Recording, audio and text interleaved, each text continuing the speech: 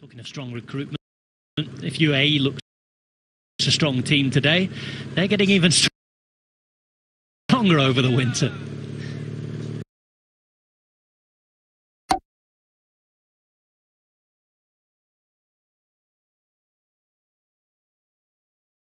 Alpes de König deserve their place, don't they?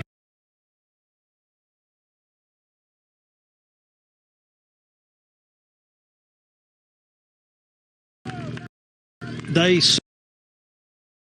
certainly do. I mean, they've done it at the highest level. They've won, you know, across the whole season a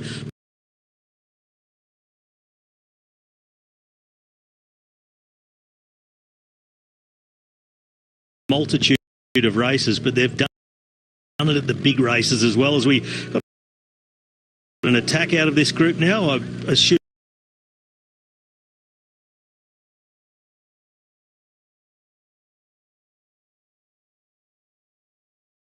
For the KOM. Yeah, Michael Belleri racing for BS Carrera, and like on many of these one-day races, these are the prizes we don't always see, but there are King of the Mountains prizes, etc. But he wants to stay with his mates for now. It's useless going on his own here.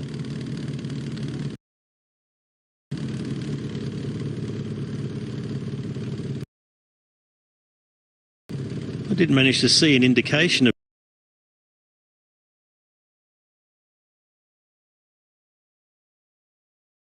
KOM, but you'd assume that's what he was doing. If it was an all-out attack, then he's not going to sit up and look like that. But you can see that the peloton's taken back about 15 seconds since the bottom of this climb. It's all across the road. It's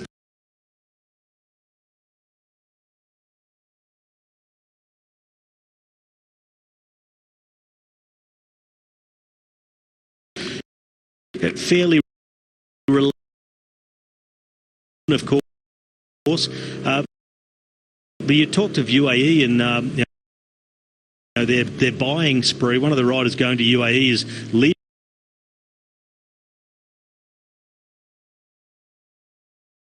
Lotto Soudal is Tim Wellens, who's been a man who's always been able to bring in the wins and bring in the points for Lotto Soudal. So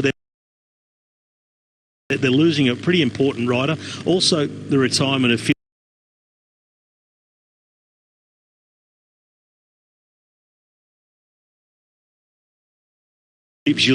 Gilbert at Phil's last ride just a few days ago in Valkenburg, where he won the World Championships. So Lotto Soudal, they're heavily depleted with the riders they're losing, along with Gilbert retiring. But by the same token, them going to pro team level and out of the World Tour and all the automatic invites, I see them getting a whole heap of invites across the season. It's a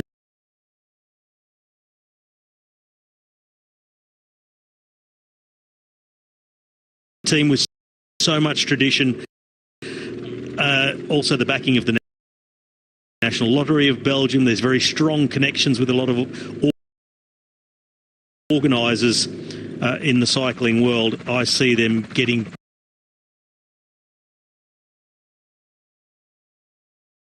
pretty much all the starts they would want. I mean, obviously a lot of the history that you're talking about here, quite modestly you failed to mention this, but you helped create, you're a big part of that team. Do you think that maybe for the first season or two, if they do drop down and have a bit of a rebuilding programme on their way back up, I'm sure they're hoping to the very top, they can live off that history for a little while then, and you know, people will be saying, hang on, this is Lotto, we want them in the race. Yeah, I think they can live off that for a while. And when you've got someone like Caleb Ewan, the up-and-comer like Arnaud Delis, Florian Vermeersch, don't forget, second in Paris-Roubaix, two He's seasons racing ago. today as well. He's racing today, yes. He was fourth in that Serenissima gravel race a couple of days ago. So he's a man in pretty good form as well. But yes, I think they can live off that history and rely on organisers inviting the team to races. But certainly they do need a real rebuild. It's been quite a turbulent couple of years. The general manager of the team, Jean Lalonde, has departed, and they still haven't appointed a general manager for the team. There's talk of Axel Merckx, possibly Philippe Gilbert taking over a role. Remains to be seen what will happen on that front, but certainly they need to attract some big name riders. And although it's a very Belgian team, the National Lottery is the sponsor. They have a responsibility to Belgium and to Belgian cycling. I think they really need to look further outside their own borders to build their team to be a true bit.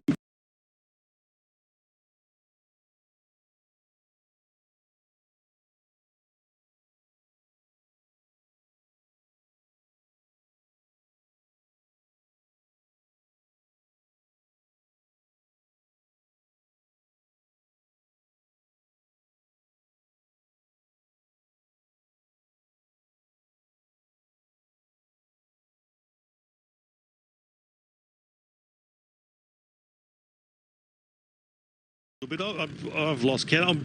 I'm wondering how many riders they now have on their roster. Because they seem to be signing everybody.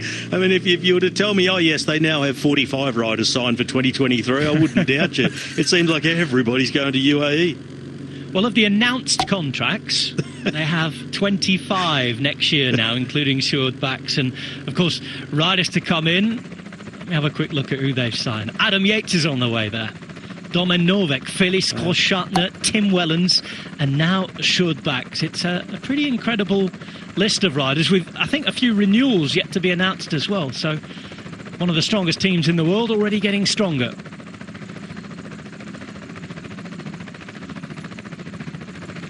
So 65 Ks to go here. And look what's happened to that gap. Robbie, we were talking about it, coming down maybe by 15 seconds on the descent, where it was strong out a heck of a lot more in this group. It's come down by another 30 seconds, 2:15 now. And Alessandro Corvi and the team we were just talking about seem to have this more than in control. Yeah, they do. I mean, you wouldn't guess that they're going to take twice as much on the descent as they did on the uphill. So they've really pushed things on the way down that descent. Well strung out, everything bunched up back together. Bike exchange, Jaco on the left-hand side in the light blue. And I'm wondering who they're going to be going for today. I would assume on a course like this, probably Kevin Coglioni, the 22-year-old. He's an Italian, so riding a home race, and along with Alexander Konishev, of course, also an Italian, but of Russian descent. His father, Dmitry Konishev, one of the most famous and flamboyant and entertaining riders of the late 80s and early 90s.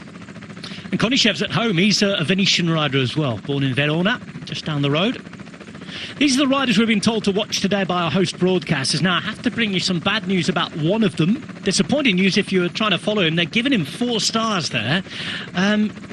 Alessandro De Marchi, we are told, has climbed off his bike. Not quite sure what the issue with, whether it's just no legs end of season. Of course, he's been doing a lot of racing recently, hasn't he? In breakaways or what have you. We haven't been made aware of any crashes or anything. But Alessandro De Marchi has climbed off his bike. And certainly for where I'm sitting, I sincerely hope that it is not the final time we see him riding a bike in professional terms. I know that he's been very public in talking about the fact he doesn't have a contract yet for next year. So all the best to Alessandro De Marchi, and I'm afraid he has climbed off the bike today, and his season ends here.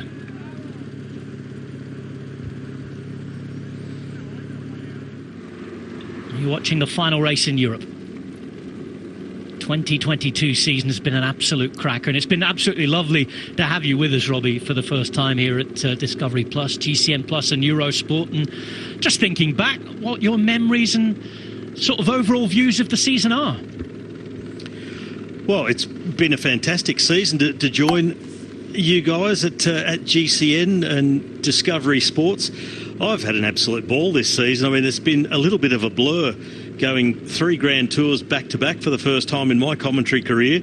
But, I mean, the performances we've seen across the board and just entertaining racing, it seemed to me to be one of the fastest race seasons and most aggressive race seasons I've ever seen. I mean, I hardly saw a stage or any race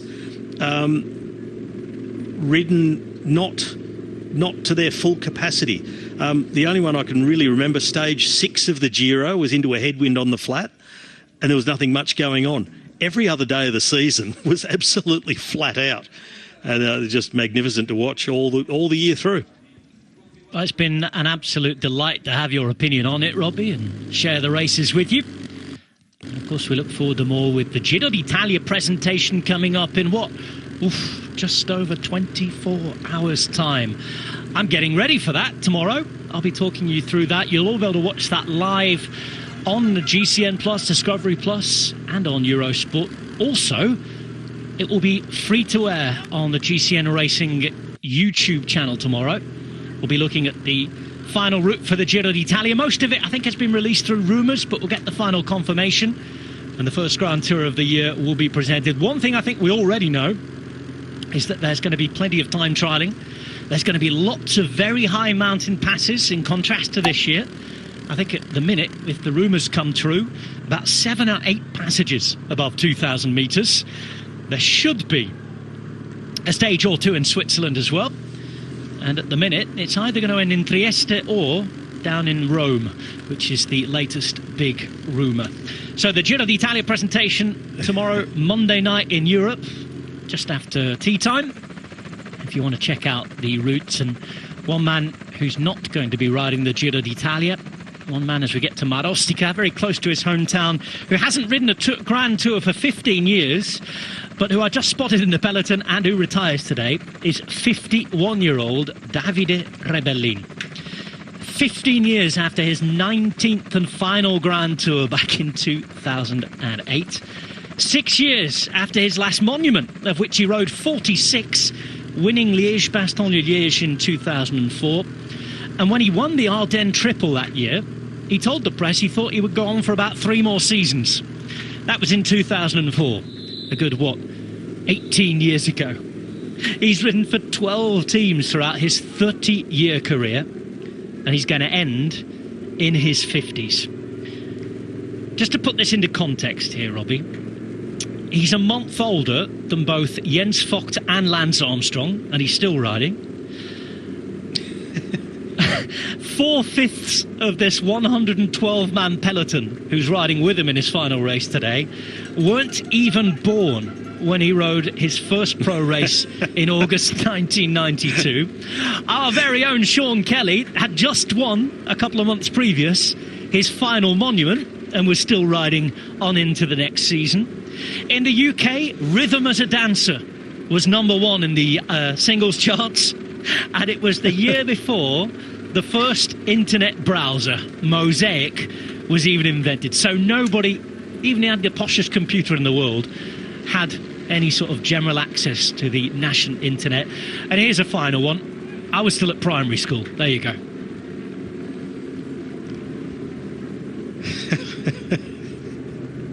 I mean, it's astounding. Have you finished yet? Well, it's just I probably could go on. I was told a few others. I was talking to a couple of colleagues about this. Primary school.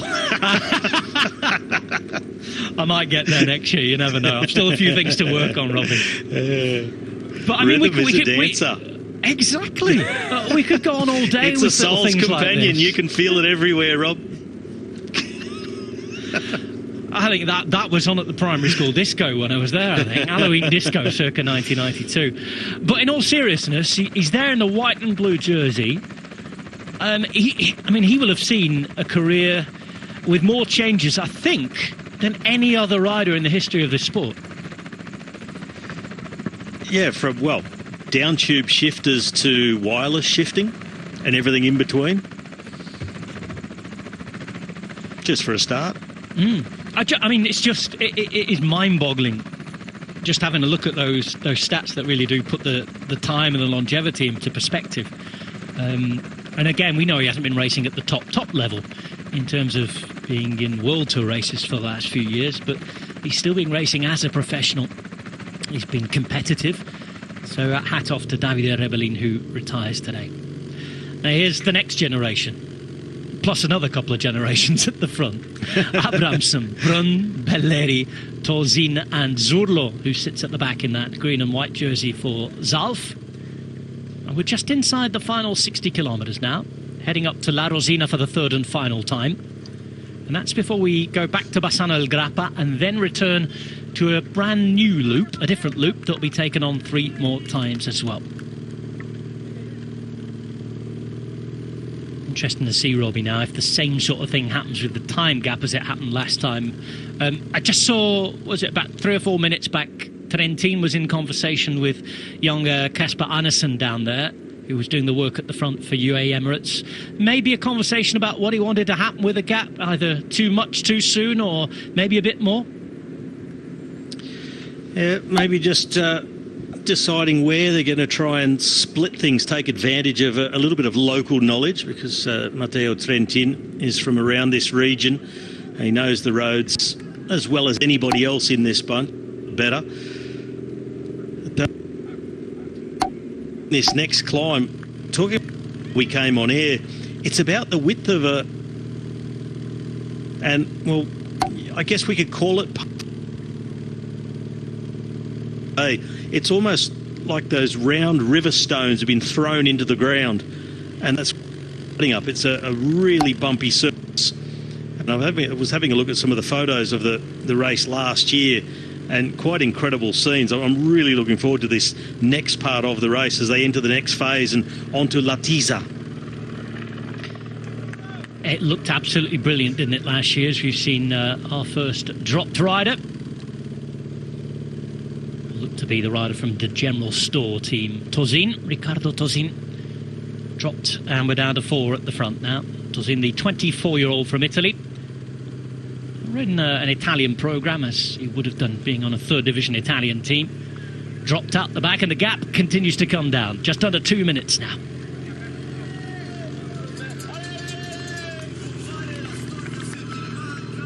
So the interesting thing about the next climb, Latiza, that this cobbled climb, if we can call it that, we're just talking about, it's only 330 metres long, but it's quite a drag before it, then a sharp descent, and onto the pave themselves, or the stones. I think it's going to be the descent that is a big factor coming into it. A little sharp one, narrow roads, getting onto that climb, and it's so narrow itself, things are naturally going to spread out across that hill, and being in that front position is going to be absolutely crucial. And you could really just split the field to pieces with one decent attack. 330 metres, not long. You can almost go full sprint bottom to top and then see where you are. We do expect it to split. And of course, with Filippo Pozzato's Ronde van Vlaanderen record, no surprise that he searched out a climb like that, so narrow, so thin, with a few cobbles on in this region, to make a classic very much in his image.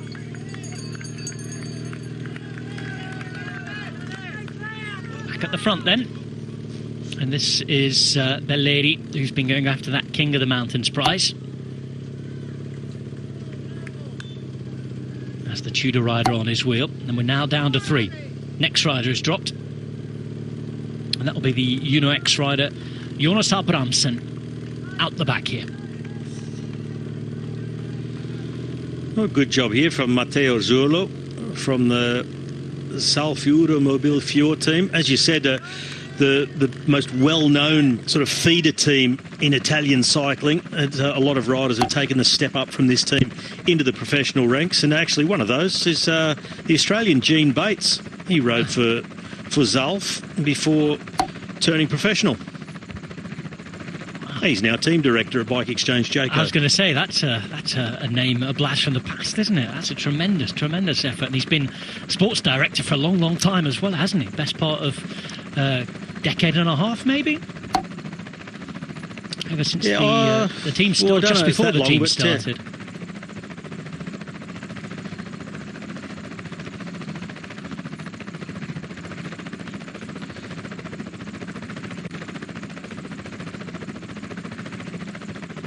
There's a big connection, isn't there, in Australian cycling with the north of Italy, Robbie?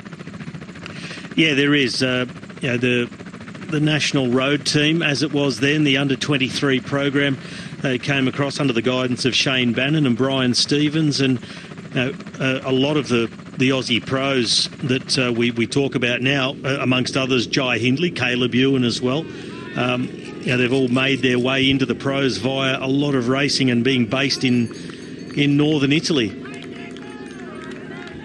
Here come the riders up the hill in northern Italy. We've seen an Australian at the front for Lotto, haven't we, for a while? Sweeney's been doing a bit of work. He's been well positioned. See, there's Juul Jensen up there. Ulisi staying nice and close to the front for UAE Emirates. And here comes Lipnic now, who's the Latvian champion. He's riding for Trek Segafredo. Segafredo, who made a brand new signing yesterday. Natnael Tesfazion, the latest rider to move up from Drono per Androni Giocattoli to the World Tour.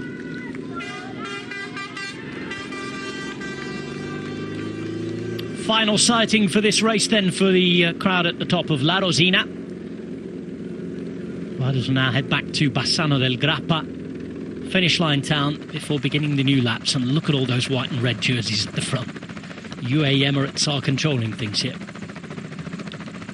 There was just a little acceleration about Andreas Kron, but it was just to try and get to his team Soigneur to take a bidon. So I thought we were going to get an attack, but then he just dropped his way back in, signalled his way out to the right, grabbed a drink. So back to normal programming on the front, and Bike Exchange Jayco getting involved. Chris Juul Jensen along with the UAE team, Trek Segafredo. So the big World Tour teams imposing their will. The gap under 2 minutes now with 55 kilometres to go. And we're all going to start thinking about the next phase now as they leave this circuit of La Rosina and head to Latisa. And all thinking about getting in position over that long drag and the steep downhill and into the bottom of that stone-paved wall that they're going to hit. I keep looking down and back at that peloton as we see the 3 remaining riders in the leader, and looking for Vincenzo Nibali in an Astana Kazakhstan jersey. But of course the post-Nibali era began on Wednesday, and the post-Nibali era for Nibali started yesterday, by the way, on the island of Elba. He rode his first mountain bike race since retiring as a road professional, came 9th. He's talked about wanting to race on the mountain bike and maybe go and do the Cape Epic, which I know a few riders have done in the year after road retirement. Joaquim Purito Rodriguez was one of those recently.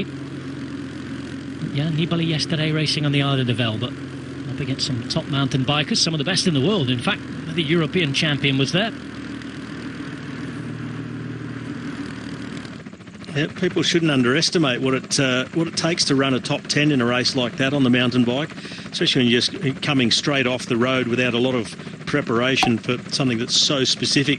But talking to the Cape Epic, I've actually been there a couple of times, Rob, and worked on the commentary. And a few years back, I got asked if I'd like to ride it. And I said, oh, I'll have a look at that. I'll think about it. Sounds good. And I checked it out, and I said, thanks, but no thanks. It looks a bit too hard. And there's been a number of ex-road professionals who've gone over and ridden. A couple of years ago, as you said, Joaquin Rodriguez rode it. And it's a two-man or two-woman team event, or even, in fact, even a mixed team event. But George Hincapie and Christian Valdervelde rode it as well. And I'd catch up with them on a daily basis, and they said, oh no, what have we got ourselves into? This is so ridiculously hard. George said it was less hard than the year that he rode it with Cadel Evans when they won the 40-plus Masters division. Wow. Back to 4 at the front as Abrahamsen returns. He's the rider wearing 133 here, 27-year-old from Norway. Yet to win a pro bike race. Second Italian race of this sort of end-of-season run. And back behind, still Chris Juul Jensen, alongside Alessandro Covi. working just to keep things in check. A couple more bike exchange riders move to join the Danish rider who was schooled in Ireland, Jul Jensen. And Davide De Preto comes up to join him, young Italian.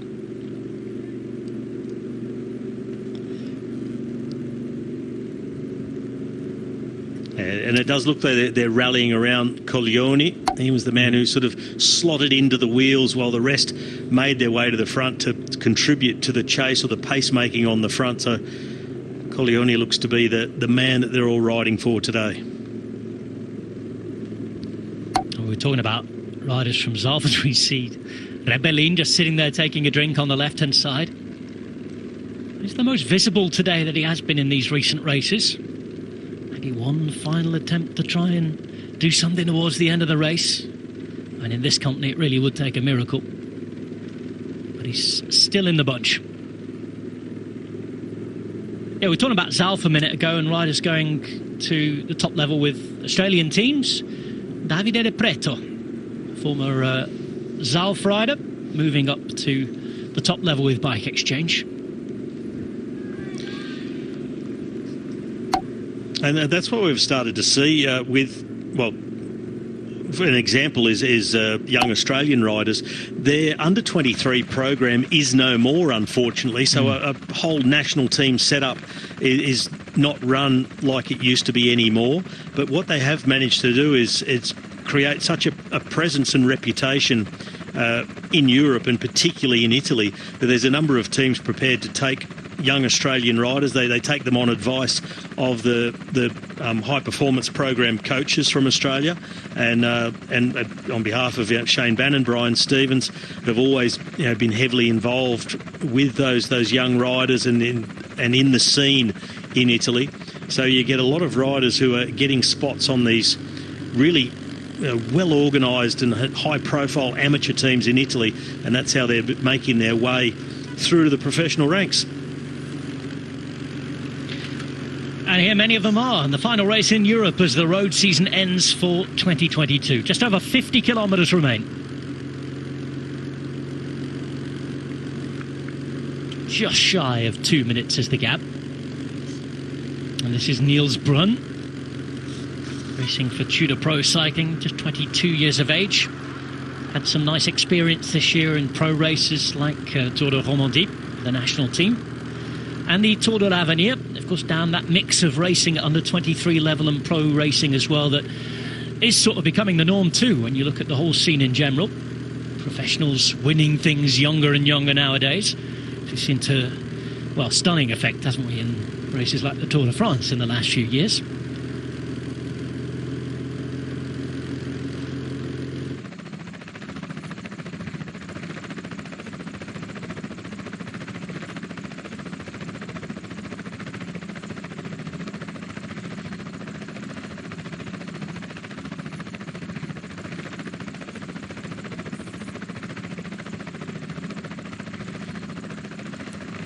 Bassano del Grappa is approaching.